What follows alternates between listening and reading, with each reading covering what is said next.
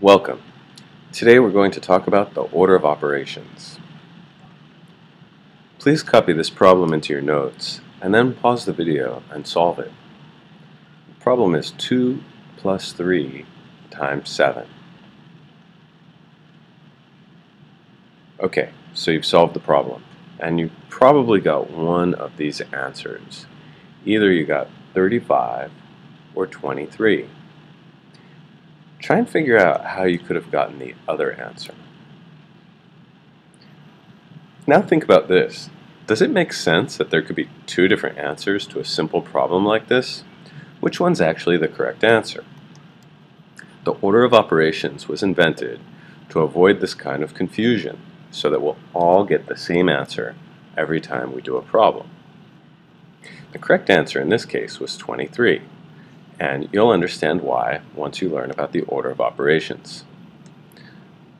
Okay, a couple definitions. First, we're going to define a numerical expression.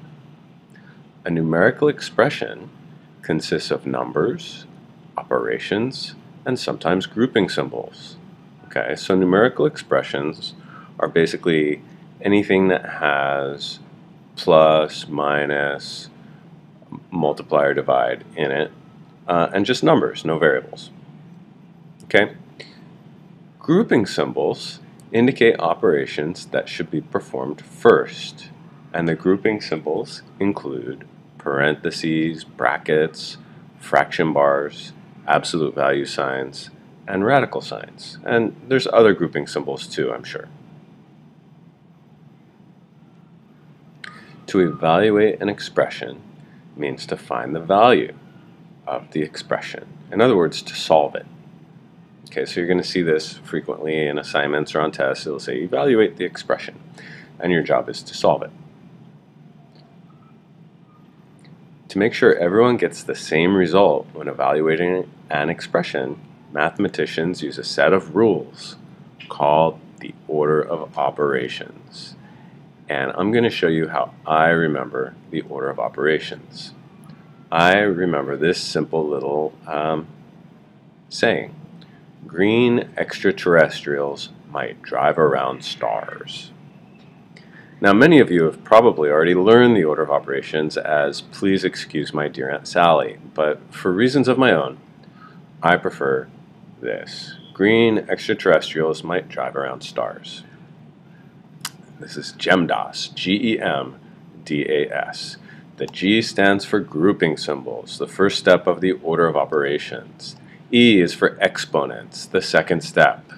The third step is two things at once. It's to multiply or divide from left to right. And the final step is also two things. It's to add and or subtract from left to right. That from left to right is very important. And also the grouping symbol should be done from the inside out. Okay, let's do some examples. First example, 9 minus 5 plus 1. Okay, again, you pause the video with the spacebar, solve the example, and then check your work. If you got 3, then you are not correct. The actual answer, first we do 9 minus 5 because we're going to go from left to right. 9 minus 5 is 4, plus 1 is 5. Okay, many people try to add first and then subtract because when they see the addition and subtraction, they think they have to be in that order, but it's from left to right. Here's another example for you.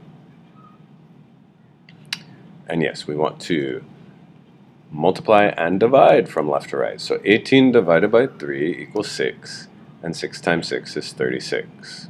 If you multiplied first, 3 times 6 is 18, and 18 divided by 18 is 1. So you can see that even on a simple problem, you must follow the directions.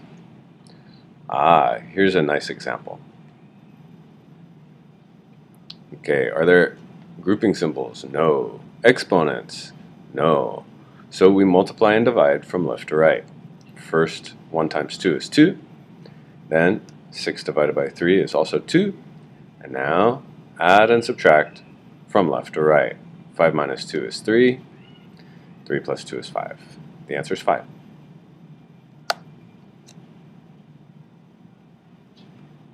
Okay, in an example like this, the fraction bar, remember, acts as a grouping symbol. It's sort of like a silent E in a reading problem. You don't see the grouping symbol, but it's there. There's actually two sets of parentheses that are invisible. There's the 4 plus 8, grouping the numerator, and that's 12. And then we group the denominator, 2 plus 2 equals 4. Now, the fraction bar itself is a division symbol. So 12 divided by 4 equals 3, and that's our answer. But first you group the numerator, then you group the denominator, and the division actually comes last.